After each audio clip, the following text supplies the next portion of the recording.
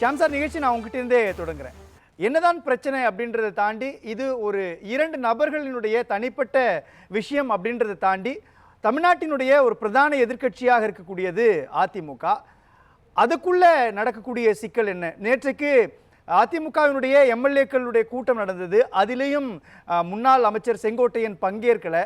இன்றைக்கு 2வது நாளாக வேளாண் பட்ஜெட் மீதான அந்த விஷயம் நடக்கும் பொழுது நேரடியாக கூட்டத்தில் பங்கேற்காம சபாநாயகர் அப்பாவுவை சந்திச்சுட்டு போறாரு. இதுக்கு செய்தியாளர்கள் கேட்குறாங்க, உங்க இருவருக்கும் என்ன பிரச்சனைன்றப்போ எங்களுக்குள்ள 1000 பிரச்சனை இருக்கும், அதெல்லாம் ஏன் உங்கள்கிட்ட சொல்லணும் அப்படின்ற விஷயம் எதிர்க்கட்சி தலைவர் அதிமுகவினுடைய பொதுச் செயலாளர் எடப்பாடி கே பழனிசாமியால் முன்வைக்கப்படுது. எப்படி புரிஞ்சுக்கிறது இந்த நிகழ்வுகளை? எங்கள் ஊர் திருவிழாவுக்கு ஒரு யானை வந்துச்சுங்க, பள்ளத்தில் விழுந்துருச்சு. பள்ளத்தில் விழுந்தோடனே எல்லாரும் பெரிய கயிறெல்லாம் கட்டி வண்டி மாடெல்லாம் கொண்டு வந்து, யானை எந்திரிக்கவே இல்லை. ஒரு தாத்தா தான் தீர்வு சொன்னார், நீங்கள் கொட்டு முழக்கு துந்துபி எல்லாம் ஒலிக்க செஞ்சீங்கன்னா யானை வந்து உற்சவம்னு நினச்சி உற்சாகத்தில் எந்திரிச்சிரும் அப்படின்னாரு. அதிமுக பட்டத்தையான நிலைமை தான், பள்ளத்தில் விழுந்திருக்கேன். தேர்தலுங்கிற துந்துபி வந்தால் கொட்டு முழக்கு வந்தால் எந்திரிச்சிரும். ஆனால் என்ன பிரச்சனை அப்படின்னா, அதற்கு முன்னதாக நடக்கிற எல்லா நிகழ்ச்சிகளும் ரொம்ப கசப்பானதாக இருக்கிறது. நீங்கள் சொன்ன செங்கோட்டையன் இஷ்யூ அதுதான். அத்திக்கடவுல அம்பலத்துக்கு வந்த பிரச்சனை இன்றைய வரைக்கும் வளர்ந்துக்கிட்டே இருக்க தவிர அது குறையலை. அப்போ என்ன பிரச்சனை? அடுக்களை அரசியலா? அப்படி தெரியல. ஏன்னா செங்கோட்டையன் எனக்கு ரொம்ப வருஷமாக தெரிகிற ஒருவர், எம்ஜிஆர் காலத்தில் இருக்கிறவர், இபிஎஸ் கூட சீனியர். அவர் 1977 72 கட்சி துவக்கம். இப்படியான ஒரு நிலைமையில் செங்கோட்டையனை சமாதானப்படுத்தணும்னு இபிஎஸ் உண்மையிலே மனமாற விரும்பியிருந்தால் அவர் வீட்டுக்கு போயிருப்பார், அவ்வளோதானே. ரொம்ப சிம்பிள். எல்லாம் ஒரே கம்யூனிட்டி, ஒரே பேக்ரவுண்ட்லேருந்து வர்றவங்க. ரொம்ப சிம்பிளாக ஒரு வீட்டுக்கு போய் ஒரு சாப்பாடு சாப்பிட்டாலோ அல்லது என்னென்னு கேட்டாலோ பிரச்சனை முடிய போகுது. ஆனால் இன்றைக்கி அவர் ஹார்டாக தான் பதில் சொல்கிறாரு. செங்கோட்டையன் என்ன செங்கிஸ்கானா அப்படின்னு சொல்லலையே தவிர அவர்கிட்ட போய் கேளுங்க என்று சொல்லுவதில் அர்த்தமே கிடையாது. காரணம், அந்தரங்கத்தில் இருக்க வேண்டிய பிரச்சனை வெளியில் வந்துருச்சு. மனஸ்தாபம் இருக்கலாங்க, கட்சிக்குள்ள மனஸ்தாபம் இல்லாமலாம் கிடையாது, எல்லா கட்சியிலையும் உண்டு. மாஃபா பாண்டியராஜனுக்கும் ராஜேந்திர பாலாஜிக்கும் இல்லாத பிரச்சனையா? இன்றைய தேதி வரைக்கும் அது அம்பலத்தில் தான் இருக்குது. ஆனாலும் ஏதோ ஒரு வகையில் சமாதான முயற்சி நடந்துக்கிட்டே இருக்கும், பகிரங்கப்படாது. இப்போ வரிசையாக பகிரங்கப்பட்டு கொண்டே இருக்கிறது. அப்போது செங்கோட்டையன் இன்னைக்கு சட்டமன்றத்தில் வழக்கமாக வர்ற வாசல் வழியாக வந்தால் எங்கள் அதிமுக எம்எல்ஏக்கள் கண்ணில் போட்டுருவோமோன்னு நினச்சி வேறு வாசலில் வர்றாரு. தொலைக்காட்சிகள் அது சொல்லுது. நீங்கள் குறிப்பிட்ட அந்த பதில், செங்கோட்டையன் பதிலே சொல்லாமல் நழுவி போதல், இப்படியான பிரச்சனைகள் அதிமுகவில் பிரச்சனைகள் நீடித்து கொண்டிருக்கிறது. அசைக்க முடியாத இரும்பு தலைமையாக இபிஎஸ் இல்லை என்பதை காட்டுகிறது. அதை நம்ம மறந்துடக்கூடாது. இல்லை, எந்த புள்ளியில் சொல்கிறீங்க? இபிஎஸ் ஒரு அசைக்க முடியாத இரும்பு தலைமைன்ற வார்த்தை தராசிஷாம் மூத்த பத்திரிகையாளர்கிட்ட வருதுன்றது ரொம்ப யதார்த்தமான வார்த்தையை, அதை கடந்து போயிட முடியாது. சில டேட்டாஸ் இருக்கும், சில அப்சர்வேஷன் இருக்கும், ரொம்ப மென்மையாலாம் கடந்து போயிட முடியாது. எந்த அர்த்தத்தில், எந்த புள்ளியில் சொல்கிறீங்க அதை? இல்லை, இன்று வரைக்கும் அதிமுகவோட செயற்குழு பொதுக்குழு உறுப்பினர்களில் 90 முதல் 95% பேர் வரைக்கும் எடப்பாடி பழனிசாமியிடம் தான் இருக்கிறார்கள்.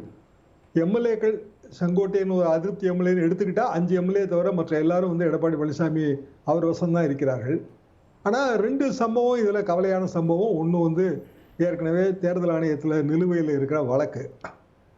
தேர்தல் ஆணையம் எப்படி வேணாலும் பாயும் என்பதை நாங்கள் தொடர்ந்து நம்ம பார்த்துட்டே வர்றோம். அப்போ தேர்தல் ஆணையம் டெல்லி மாஸ்டர்ஸுக்கு பச்சை கொடி காட்டுவதுன்னு முடிவு பண்ணால் செங்கோட்டையனோட இந்த ரிபல் கூட ஒரு வகையில் வந்து தேர்தல் ஆணையம் சாதகமாக எடுத்துக்கிடும். ஆளுக்கு ஒரு பக்கம் போய் ஆவண தொகுப்புகளை கொடுப்பாங்க. படித்து பார்ப்பதற்கு எங்களுக்கு நேரமே இல்லை, தற்காலிகமாக இரட்டை இலை பயன்பாட்டு உரிமை ரத்து என்று சொன்னால் அதுவே வந்து பலவீனமாக மாறிடும். எடப்பாடி பழனிசாமி பலம் பொருந்தியவர். ஆனால் தேர்தல் ஆணையம் ஒரு சின்ன முடிவு, வெறும் அட்மினிஸ்ட்ரேட்டிவ் முடிவு எடுத்தாலே போதும். என்னதான் சிவி சண்முகம் அது கிளரிக்கல் வேலை தான் சொன்னாலும் அது அட்மினிஸ்ட்ரேட்டிவ் வேலையாக மாறிடும். அப்போ இயல்பாக அந்த ஒரு சின்ன முடிவு எடுத்தால் அதற்கு ஏற்றவாறு வந்து டெல்லி தலைமை, டெல்லியின் பாரதிய ஜனதா தலைமை வேற மாதிரியாக காய் நகர்த்தினால் இங்கே யாருக்கான அது ஆபத்தாக முடியும்னா அதிமுகவுக்கான ஆபத்தாக முடியும், எடப்பாடி பழனிசாமி அவர்களுக்கான ஆபத்தாக முடியும். அடுத்தது வரப்போகிற ராஜ்யசபா தேர்தல், அது ரொம்ப முக்கியம். 6 சீட் இருக்கு.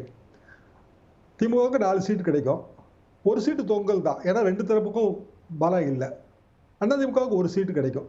இப்போ என்ன வெளியில் பேச்சு? பாமகவுக்கு அந்த 1 சீட்டை கொடுத்து கூட்டணி கொண்டு வந்துருவாங்க என்பது பேச்சு. அப்ப பாமக அதிமுக கூட்டணி ஏற்படுவதை விரும்பாதவர்கள் 2 பேர் தான். ஒன்னு திமுக, இன்னொன்னு பாரதிய ஜனதா.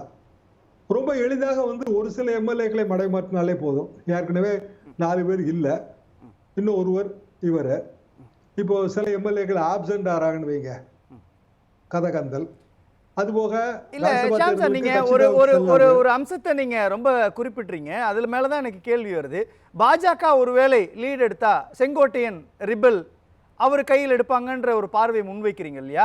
அது ஏற்கனவே எடுத்துட்டாங்களா? ஏன்னா அத்திக்கடவு அவினாசி திட்டத்திற்கான அந்த விழாவில் மறைந்த முதலமைச்சர்கள் ஜெயலலிதா எம்ஜிஆருடைய புகைப்படம் இல்லைன்றது தான் ஒரு ஃபர்ஸ்ட் எகென்ஸ்டான விஷயமா இருக்கு. ஆனால் அதுக்கு முன்னாடி அதிமுகவுடைய செயற்குழு பொதுக்குழு கூட்டங்களில் கூட அவர் பங்கேற்காம இருந்தார். மறைந்த முதலமைச்சர் ஜெயலலிதாவுடைய பிறந்த நாளினுடைய அந்த நிகழ்ச்சியில் கூட அதிமுக தலைமை அலுவலகத்தில் நடந்ததில் கூட அவர் பங்கேற்கல அப்படின்னு பார்த்தோம்.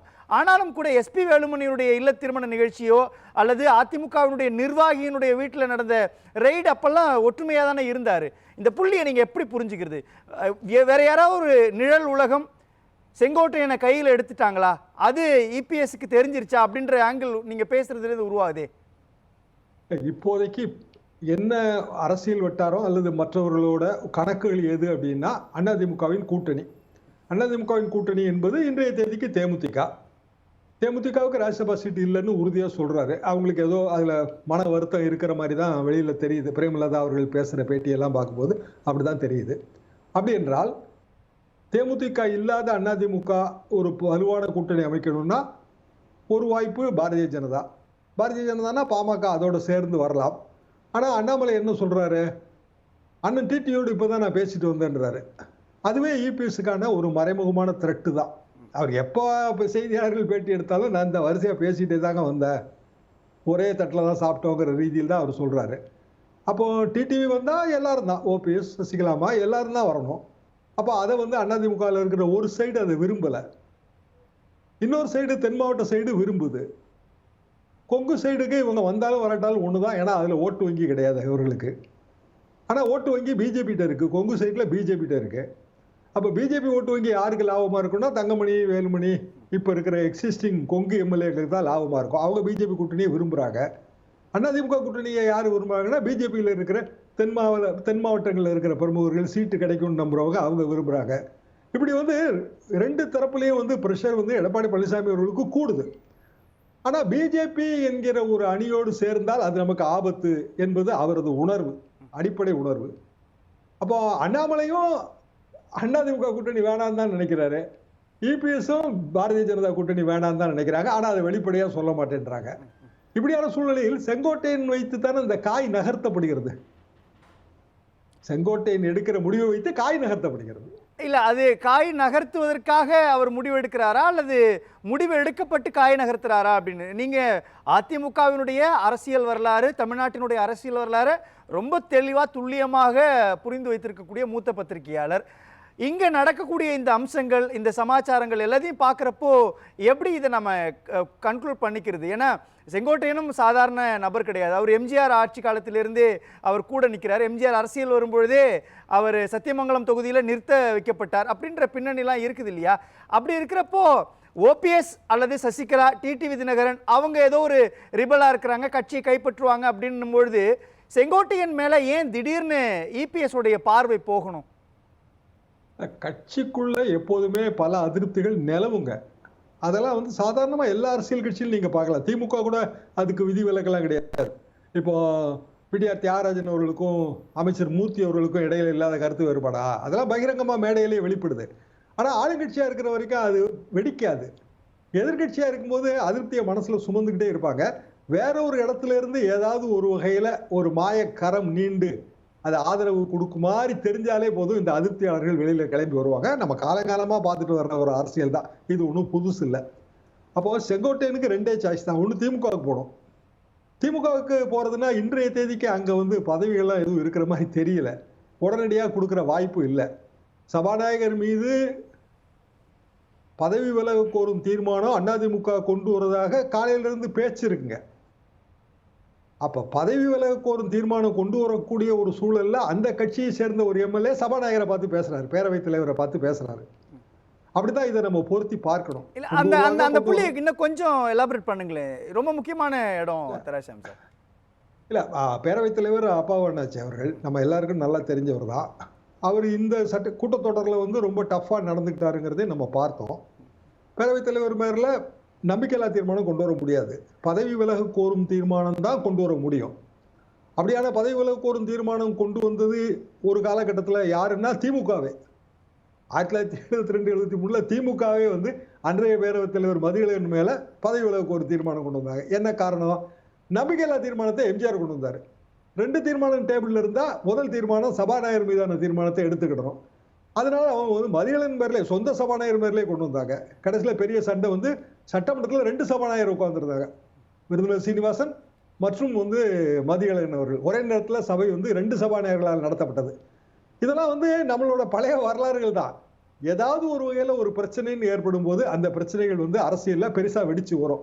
அதுக்கு பிறகு நோ கோயிங் பேக். இப்போ ஓபிஎஸ் அவர்களுக்கும் இபிஎஸ் அவர்களுக்கும் 2017 பிறகு எத்தனையோ பனிப்போர் நடந்துகிட்டே தான் இருந்தது. தொடர்ந்து நம்ம பார்த்தது தான். ஆனா கடைசியில் அது எப்போ வெடிச்சு வந்தது? சில வருடங்களுக்கு பிறகுதான் வெடிச்சு வந்தது. வெடிச்சு வரும்போது அதிமுக என்னவா இருந்தது? எதிர்கட்சியா இருந்துச்சு. அப்போ ஆளுங்கட்சிங்கிற அந்த பலம் இல்லை அப்படின்னா வந்து அதிருப்திகள் பெருசாகும், பிள்ளை பூச்சிகளுக்கு கொடுக்கு முளைக்கும். இதெல்லாம் நம்ம பார்த்துட்டு இருக்கிற விஷயம் தானே. உங்களுக்கு தெரியாது இல்ல தராஷாம் சார், 2016 மறைந்த முதலமைச்சர் ஜெயலலிதாவினுடைய இறப்புக்கு பிறகு நடந்த சில விஷயங்கள்ல செங்கோட்டையன் தான் கட்சியினுடைய தலைமைக்கு கொண்டுட்டு வர்றதுக்கான வியூகம் இருந்தது அப்படின்னு பேசப்பட்டது. குறிப்பாக முதலமைச்சர் கேண்டிடேட்டாவே செங்கோட்டையனை காய் நகர்த்துறதுக்கான புள்ளி நடந்துச்சுன்னு சொன்னாங்க. அது இதுவரை உறுதிப்படுத்தப்பட்டதில்லை. அது யாரும் உறுதிப்படுத்தியும் சொல்லலை அப்படின்னாலும் கூட அந்த ஒரு டாக் இருக்குது. ஓபிஎஸ்எம் அந்த புள்ளியில் இருந்தாரு, சசிகலாவும் அந்த புள்ளியில் இருந்தாங்க, டிடி விதிநகரன். இப்போ 3 பேர் வெளியில் இருக்கிறாங்கன்றப்போ அதிமுகவினுடைய ஒருங்கிணைப்பு அப்படின்றது இன்னைக்கு செங்கோட்டையனுடைய ரோல் இருக்கிறப்போ செங்கோட்டையனை பிரதானப்படுத்தி எல்லாரும் மீண்டும் ஒருங்கிணைக்கலாம் அப்படின்ற ஒரு வியூகம் இதுக்குள்ள இருந்ததனுடைய அதிருப்தியா எடுத்துக்கலாமா? செங்கோட்டையனை முன்னிலைப்படுத்தி அனைவரும் ஒன்றாக சேர வேண்டும் என்றால் செங்கோட்டையன் அவர்களிடம் பெரிய அளவுக்கான பண பலமும் எம்எல்ஏ பலமும் இருக்கணும். அப்படியான வாய்ப்பு முன்பே இல்லை. இதுதான் பழைய நீங்க சொன்ன பழைய இது ஓரளவுக்கு அது சரிதான். அப்படியான நிலவரம் வந்து செங்கோட்டையன் அவர்களிடம் இன்றைக்கும் இல்லை, அன்றைக்கும் இல்லை. ஆனால் சீனியாரிட்டி, அதாவது மரியாதைக்குரியவர், அதிமுகவில் ரொம்ப பெரிய சீனியர், அது இருக்கு. அதாவது ஓபிஎஸ் அவர்களுக்கு எப்படி சீனியாரிட்டி அந்தஸ்து இருக்கோ அதே மாதிரி தான் செங்கோட்டையன் அவர்களுக்கு. ஆனால் செங்கோட்டையன் எல்லாரையோட சீனியர். அப்போ செங்கோட்டையனே அதிருப்தியில் இருக்காரு அப்படின்னா எடப்பாடி பழனிசாமி அவர்கள் ஏன் அந்த அதிருப்தியை சமாளிக்கவில்லை? ஏன் வந்து அவருக்கு வந்து அவரை போய் பார்த்து சமாதானப்படுத்தல? நியாயம் தானே. அத்திக்கடவு திட்டத்தில் ஏன் வந்து எம்ஜிஆர் படம் வைக்கல, ஏன் ஜெயலலிதா படம் வைக்கல? இதெல்லாம் இயல்பாக அதிமுக ஆதரவாளர்கள் மனதில் எழுகிற கேள்விகள் தான். இதற்கான விடை கொடுக்க வேண்டியது, இன்னும் சொல்லப்போனால் ரொம்ப ஒரு ராஜதந்திரத்தோட ஒரு நுண்ணரசியலோட கொடுக்க வேண்டியது எடப்பாடி பழனிசாமி அவர்கள் கடமை. ஆனா அவர் இன்னைக்கு சொன்ன பதில் அவர்கிட்ட போய் கேளுங்கிற பதில் தான். இன்னும் சொல்லப்போனா அவர் ரொம்ப இரிட்டேட்டடா கூட, அவரோட முகபாவனைகள், அங்க அசைவுகள் எல்லாமே, லாங்குவேஜ் எல்லாமே இரிட்டேட்டடா தான் தெரிஞ்சது. 2 பேருக்குள்ள அதிருப்தி இருக்குது, அப்படி புரிஞ்சுக்கலாம். அதிருப்தி வந்து பெரிய அளவுக்கு இருக்கிறது. இல்லைன்னா சாதாரண அதிருப்தி இருக்கத்தானே செய்யும். கட்சி தேவை. இப்ப எடப்பாடி பழனிசாமி அவர்கள் எடுக்கிற முடிவு எல்லாருக்கும் வந்து சம்மதமா இருக்கணும்னு சொல்ல முடியாது. கட்சி கட்டுப்பாடு கருதி கட்சியில வந்து நம்ம ஏதாவது ஒரு கருத்து சொன்னோம்னா அது திமுகவுக்கு லாபமா முடிஞ்சிருமோ என்கிற அரசியல் அச்சம், இதன் காரணமாக அப்படி இருப்பாங்க. அதிருப்தி இருக்கும். ஆனா அதிருப்தி வந்து பகிரங்கமா வெளிப்படாது, அடுக்கலைக்குள்ளதான் இருக்கும். அதனாலதான் நான் அடுக்களை அரசியல்னு சொன்னேன். அடுக்களை அரசியலாக அதிருப்தி இருக்கிற வரைக்கும் எந்த அச்சமும் இல்லை, பிரச்சனையே கிடையாது. அது என்னைக்கு அம்பலப்பட்டு போய் நிற்குதோ அன்னைக்கு வந்து பிரச்சனையாயிருது. சட்டமன்றத்தில் அம்பலப்பட்ட உடனே இன்னைக்கு பாருங்களேன், ஒரு வேளாண்மை பட்ஜெட்டை பத்தி டிஸ்கஸ் பண்ணாம எல்லாருமே வந்து அதிமுக அரசியலுக்கு போயாச்சு. பேசலாம்.